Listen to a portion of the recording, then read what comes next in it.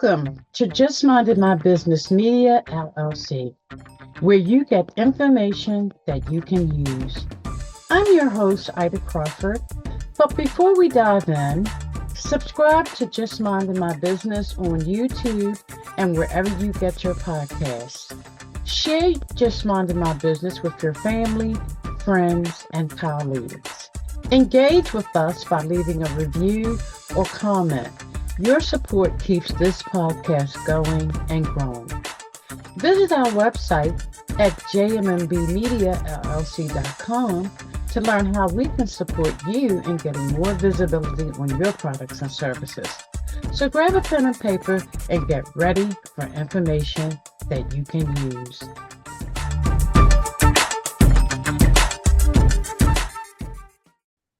Welcome to Just Minding My Business Media, LLC, where you get information that you can use. I'm your host, Ida Crawford. Grab a pen and paper and get ready for information that you can use. Wow, I am so happy to be bringing to Just Minding My Business today Robert Plotkin, who is a leading expert in leveraging AI to maximize creativity and innovation. His book, The Genie in the Machine, was the first and still the only work to address the impact of generative AI on innovation and the patent system. Recognized as a thought leader in human AI collaboration, Robert empowers individuals with the essential skills they need to harness AI to supercharge their creative abilities. He addresses the common fear of AI replacement by illustrating how embracing AI allows creatives to concentrate on high-level ideation, strategy, and problem solving, while relegating the routine details to AI. Having a rare combined expertise as an MIT educated computer scientist, an educator, and a seasoned patent attorney, Robert boasts over 25 years of specialized experience in guiding leading tech companies in securing intellectual property protection for their cutting-edge AI innovations. Robert is also adept communicator, hosting nearly 100 podcast episodes and being a frequent podcast guest on the topic of AI-fueled innovation. So, welcome, welcome, welcome. That was a mouthful, Robert. Okay. Thanks for the kind introduction, Ida. I'm really glad to be here. Wow. So, AI is the hottest new technology happening right now. Some of us have embraced it. Others are in fear simply because they don't understand it. So let's get right down to the nitty gritty, Robert. Yes. So first, I like to define for those people who don't understand, what is AI?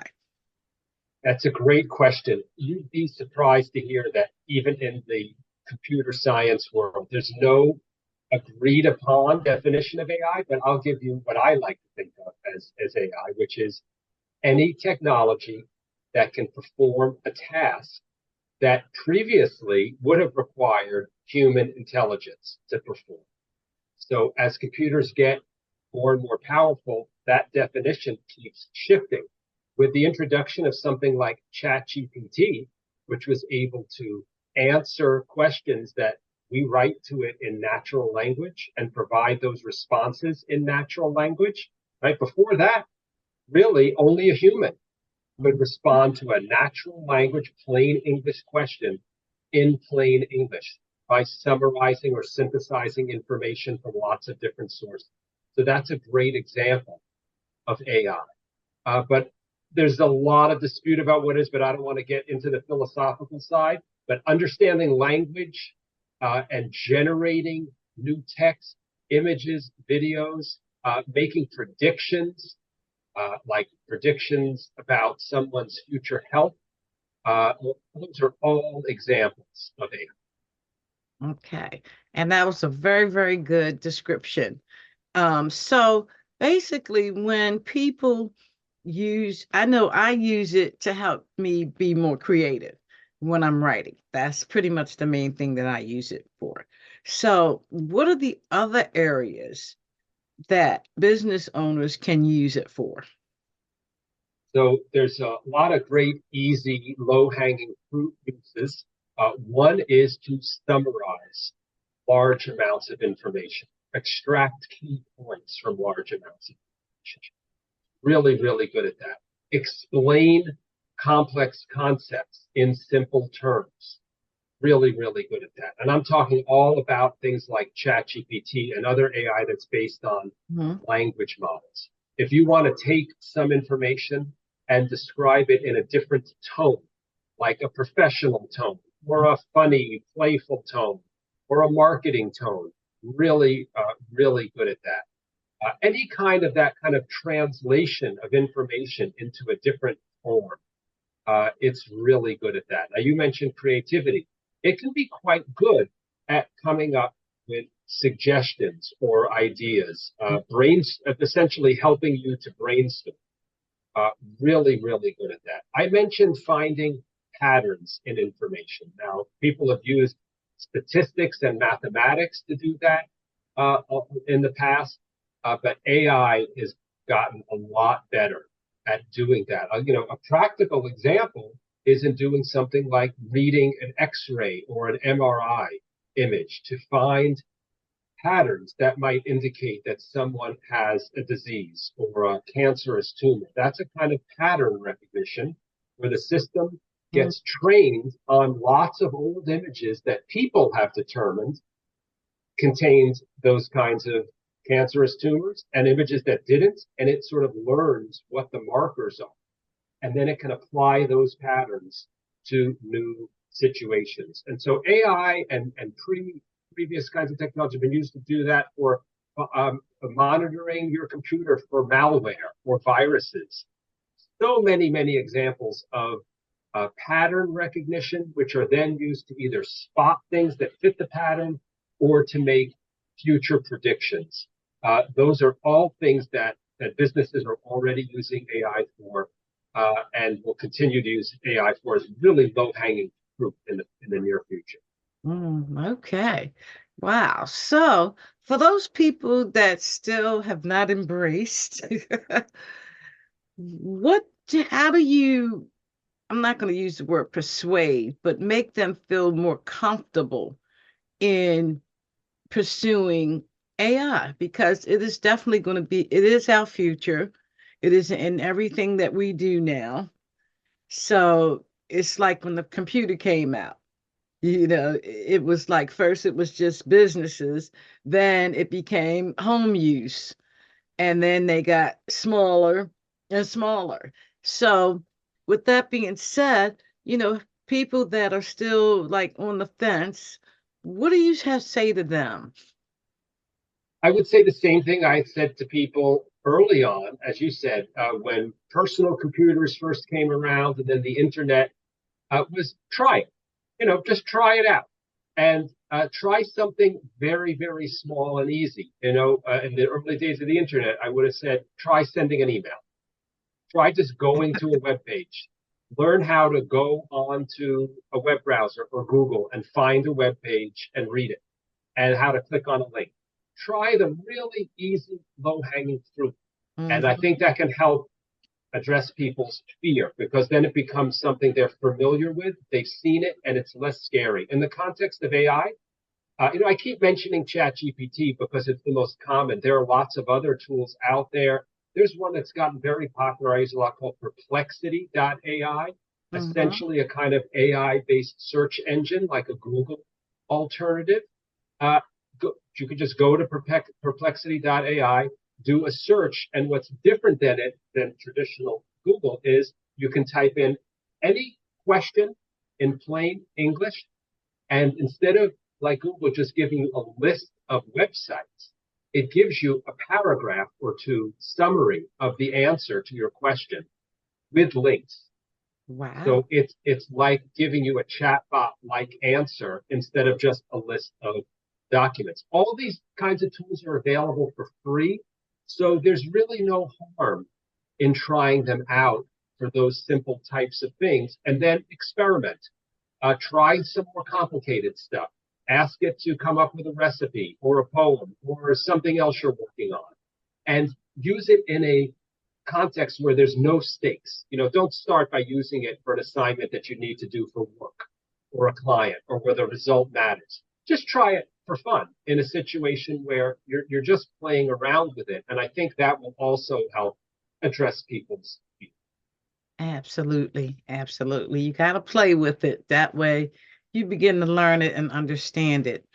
Now, my next question for you is there's a lot of fear about out there about AI replacing the human creator. Can we talk a little bit about that? Yeah. I mean, it's one of the most common things that comes up in the conversations I have with people about AI. It's very understandable when you see that you can use a tool like ChatGPT and say, write me an essay about any topic pretty much. And it will write at least usually a pretty good essay. It may not be professional quality, but that you can understand might make a writer Mm-hmm. gets paid for writing for a living afraid that that could replace them. And, one way to address that fear is to think back to previous types of technologies that were less powerful, like a spell checker or a grammar checker. Lots of people Mm-hmm. use Grammarly now, right, which checks and makes suggestions on your writing. Google, people are so comfortable with it now, they don't remember how powerful it seemed early on, and they thought it was going to replace researchers and so forth. And what's happened instead? All of these tools now are being used by writers to help them do their job more easily, more quickly, and more effectively. Now, with a more powerful tool like ChatGPT, you need to learn new skills. But if you do, you can use that kind of tool to help you do your writing or create your artwork or do whatever your other task is more effectively instead of being replaced by it. Now, there's a saying I've heard a lot of people use. I can't claim credit for it, which is that whatever job you're in, let's say it's a writer, uh, the AI isn't going to replace writers, but writers who learn how to use AI will replace writers who don't use it. That's a good way to think. Yes, yes, I have to agree. And you have to be able to learn new ways, learn new things. You have to be coachable, all of that, so that you can keep up with what's going on in the world. You know, and this is one of the things that not going away. So we might as well get on the wagon and make it work for you. Yeah, and there are some surprising ways in which that can work. So I we both mentioned brainstorm. I will sometimes come up with an idea for something I want to write, and I will then ask ChatGPT come up with some potential headlines or titles. Uh, and I'll give it specific suggestions. I'll say my audience is the following. In my case, it might be my audience is founders and executives at high tech companies. And then I'll say I want the tone to be professional or playful Mhm. or humorous. The more specifics you can give it about what your goal is, uh, what your tone is, who your audience is, the better suggestions it'll give you. And I'll say, give me 10 alternative suggestions. And then I'll look at them. And I might throw out 9 out of the 10. I might throw out 10 of the 10 and say, try again. But Mhm. I often find that's very helpful. If you're a writer or any kind of creative, sometimes the hardest part is getting started. As a writer, it's staring at the blank page, right? Yeah. Hmm. But getting some of those ideas can get your juices flowing. And then you might take that title and then go and do some writing manually on your own and then come back. I often use it when I'm getting stuck. I might get stuck on a sentence or something or a paragraph, and I'll just take that whole paragraph, put it into ChatGPT, and I'll say, here's the problem I'm having with this paragraph. I don't like the wording, or I don't like the phrasing, or I need to come up with a metaphor, or so. Give me a few suggestions, and it'll give me some suggestions. And again, sometimes I may not even use any of its suggestions, but they help me keep in the flow. Yes. So I think helps encourage a more free-flowing, experimental type of writing or creative process generally, and just helps you to keep moving. And that's really, really helpful. Yes, It's not doing the work for you necessarily, but you're using it as an assistant. yes. And that's the way I use it, the same way you do. If I'm sitting down trying to create a blog or I'm trying to create an ad or some kind of marketing material, sometimes I'm like, okay, I might say it this way, and then I'll take that whole paragraph, put it into chat GPT, and then see what they come up with. Yeah, it gives me new insights, perspectives on things I wouldn't have thought of. Sometimes I'll put in something and say, give me four different alternatives to this. I want one to be very professional. I want one to be funny. I want one to be, give me and that's really helpful to see Yes, the it same is. sentence or paragraph from different perspectives. And it's not always the greatest, but it doesn't have to be. Right, It just has to exactly. help. Exactly. And then you can go ahead and inject yourself in it, Yeah. just to change it up a little bit. Wow. So, Robert, if people want to work with you or learn more, how do they connect with you? Yes, if you're a creative, if you're a writer, an artist, a marketer, anyone else who is creating in their work or just for fun, check out my website, robertplotkin.com. That's where I post up all the time about making use of AI to be more creative and productive and efficient. I just posted a blog article on there about a certain strategy for using ChatGPT to interview you to help write. So I post stuff like that all the time. If you're an inventor or you're at an innovative company and you're looking for intellectual property protection for your work, go to blueshiftip.com. That's my law firm. Or you can just at any time follow me on LinkedIn. I post stuff there all the time. LinkedIn.com/in/Robert. Yes. Okay. And that leads me to my next question about the intellectual property. Let's dive into that because, I mean, everybody's grabbing stuff with AI. And at some point, I believe you're going to grab somebody else's stuff or close to it. So, how does that work? How does AI intellectual property work? Yeah.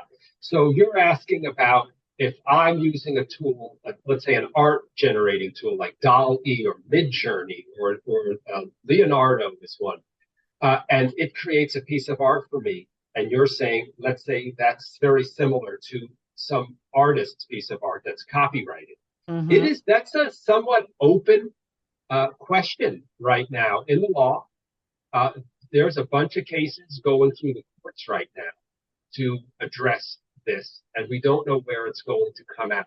There is a practical fix in the interim, which is that all of the major companies like Microsoft and OpenAI and Adobe have provided indemnification. Meaning they say to you as a user, if you create something using our tool and someone else, a copyright owner, comes and accuses you of copyright infringement, we will cover your legal. Oh, okay. We, Microsoft or OpenAI, it's a way of encouraging people to feel free in making use of these tools. Okay. Another solution is that there are companies, I know Getty Images is one of them. Adobe is doing it as well, where they're saying, we have only trained our software on art that we own the copyrights to. And therefore, we can guarantee that anything you create using our tools will not infringe copyright because we already own the copyrights. Whereas OpenAI, they scan the whole internet. They use text and images to create a ChatGPT and DALL-E that they did not own the copyrights to. Mm-hmm. Therefore, they can't truly guarantee that anything you generate for yourself using their tool won't inadvertently infringe on someone else's copyright. So I suspect what's going to happen in the not too distant future is just like with music, with the licensing agencies like BMI and ASCAP, there are going to be some major business deals struck to pay royalties to copyright owners Mm-hmm. so that people can then use tools and like all the ones we've been talking about. And then the creators will get compensated on the back end. Okay. That's essentially how all of the music copyright issues were resolved from the early days of the internet. You know, if you remember the Napster, Yes. there was the similar issue came up. I was a little bit more direct back then, but a lot of that was resolved through business deals where major companies and technology companies and copyright owners struck agreements with each other to provide compensation back to copyright owners so that everyone was happy. We'll see. We'll see if that occurs. I hope that something happens so that copyright owners and creators can get compensated and so that they can also have control over how and when their works are used to train AI models, Mm-hmm. and so that end users can feel free and comfortable to use these tools to create things. Then everyone will be happy. Yes, yes. Well, and I mean, as this evolves, a lot of different things are going to come up, that are going to have to be addressed because we don't know the full power of AI until it actually happens. Yeah, yeah, we don't. It's somewhat old ground, and it's quite a lot of new ground. Like I said, it's similar to what happened in the early days of the internet with music streaming, but that was just direct copying of a song. Now we've got these tools that can create a new song that might draw from 50 previous songs Hmm. and mix them together and modify them. So that's the way in which things are different and more complicated as a result of AI. And yeah, you're right. We don't really know how it's all going to pan. Absolutely. So, who actually owns AI? There's a lot of components to AI. If you ask who owns the software, like ChatGPT, ChatGPT is a piece of software that's owned by OpenAI, which is a company that has a bunch of investors in it. And then Microsoft has its Copilot, and then there's Claude is another company, and then Google has its own. Everyone has their own models, which they typically own, and then the software that uses the models. So then there are what are called open source models. Hmm. There is a company called Hugging Face, interesting, that's based on the icon of the Hugging Face, where there are hundreds of thousands of open source language models and image models that people, universities, companies have made, and that anyone, you really have to be a programmer to know how to make use of them. But you can then take one of those language models and create your own type of ChatGPT from them Mm. for free. And some of them are starting to catch up in their power to things like ChatGPT. For a while, they were lagging behind, but the whole world of open source AI is really, really growing. And that's another thing where we don't know how that is going to pan out. I mean, ChatGPT has been dominant for the last year, but because it trained itself on the internet, which is available to anyone to access, Mhm. these open source models are being trained on the internet as well. All the data is out there for anyone to use. So some people are predicting that we're going to see a lot of alternatives to something like a chat GPT as people turn more and more to open source models, which are not quite owned. It gets a little bit complicated legally, but they are essentially available for use by anyone in a way that something like GPT is not, because it's owned and controlled so tightly. Hmm. Very, very interesting. Yes, yes. It's going to be interesting as we continue to evolve in this technology. So, people that want to actually learn how to work with AI. I mean, to me, it's fairly simple, but like you, I have a computer background. So it's like software, I I can learn any type of software. Yeah. S- So if you are a programmer and you're a real tech person, there's a bunch of great resources out there. for learning how to create new AI applications. And some of them are available even for free. Microsoft and Amazon have provided some courses for free on that. Mhm. Now, if you are not a tech person and what you're looking to do is learn how to use AI, again, I'd say go to my website. But there's a bunch of other people out there. There's someone named Ali Miller. She had been at Amazon for a long time. I know she just posted a free course you can sign up for on how to use AI.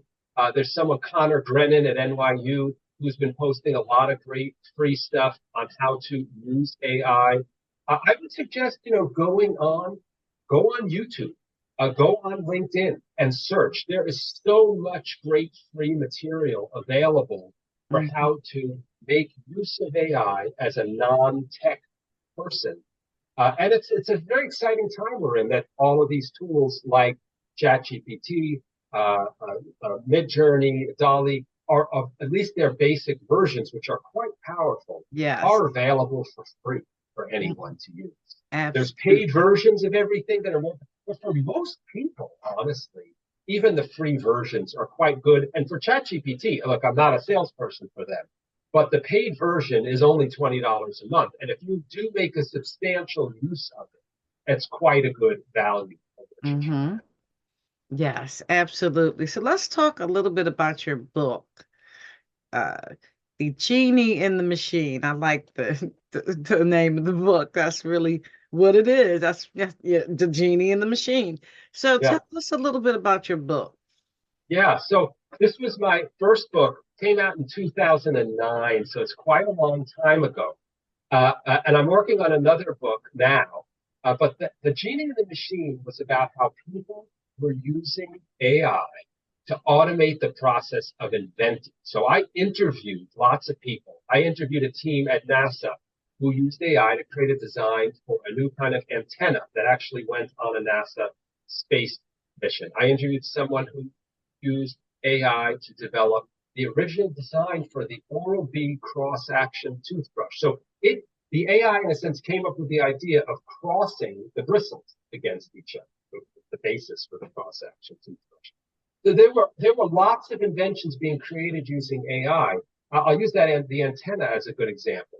There's a picture of it in the book, and most antennas are in the shape of a V or a Y or a straight Mhm. line or something else that makes sense. This, Yes. the inventors said, it looked like a paper clip that you had unwound and just mashed up into almost a random shape. It's nothing that a human would have thought of designing. But the Mm. AI, because it tried out a very, very large number of designs and then was able to simulate how well they would work, it came up with this antenna design that worked better than all the alternatives. Meaning that the AI doesn't get limited by preconceived notions that a human engineer might have. What's a good design? What's a bad? The AI just tries stuff out, whatever it might be, evaluates it, and then revises and does it without any notion. So this is what I was writing about back then, including patents that people were obtaining on inventions that were primarily or largely computer generated. Uh, but at the time, the technology was so much more primitive than what it is now that Hmm. I think that the book didn't get very widespread attention. Now, this is a very, very big topic in my field of patent law.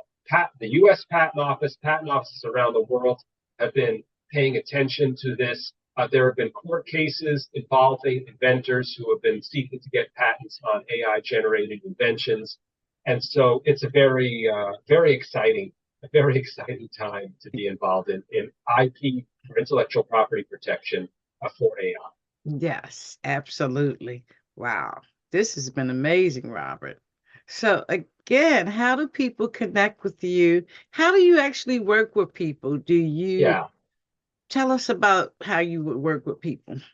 yeah. So the way I primarily work with people as a intellectual property attorney is if someone has an invention or they have a company that's developing either new type of AI technology or they're using AI to develop something new, they'll come to me and I will help them get intellectual property protection, usually patents for what they're doing.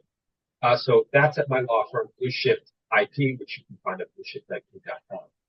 But because I'm so passionate about this, because I use AI in my own work, because I'm also a writer and a creative person, and I've learned a lot over the years about how to make use of AI to write, be more productive, efficient, and just have fun and be experimental. I wanted to share that with people. So that's when I launched robertplotkin.com. It's a website. Right now, everything is available there for free. You can see blog postings, videos, interviews like this with me on people's podcasts and elsewhere. I might start making courses available there in the future, but right now that website. Okay. Okay. So, ladies and gentlemen, you just heard it. You got a free resource from someone who is super passionate about the industry, and you cannot go wrong. So, one more time, Robert, how do people connect? Yeah, I post on LinkedIn all the time. If that's a place that you visit in your professional world, go to linkedin.com/in/Robert Plotkin. If you're creative, you want to learn how to use AI for writing, for creating art, videos, advertisements, anything like that, go to robertplotkin.com. And if you are an innovator running an innovative company using AI, developing new types of AI, go to blueshiftip.com. Okay, so thank you so much, Robert. This has been very eye-opening. And I'm a techie person, so it's all exciting to me. I find myself just scrolling the internet, teaching, learning different things about AI. Next thing I know, it's like 2 o'clock in the morning. I'm like, oh, let me get off this computer. But that's the techie in me. Yeah. So I really appreciate you sharing it with our audience. And I hope everybody got quite a bit from this. I know I did. And definitely, if you want to reach out to Robert, don't hesitate. Reach out because he knows his stuff and he wants to help you. Simple as that. So thank you, audience. Thank you, Robert, for taking time out with us. And we definitely want to do this again. Thanks so much for having me, Ida. Really had a great time. Thank you to our guests and you, our valued audience, for stopping by. We truly appreciate you. Many blessings to you and yours.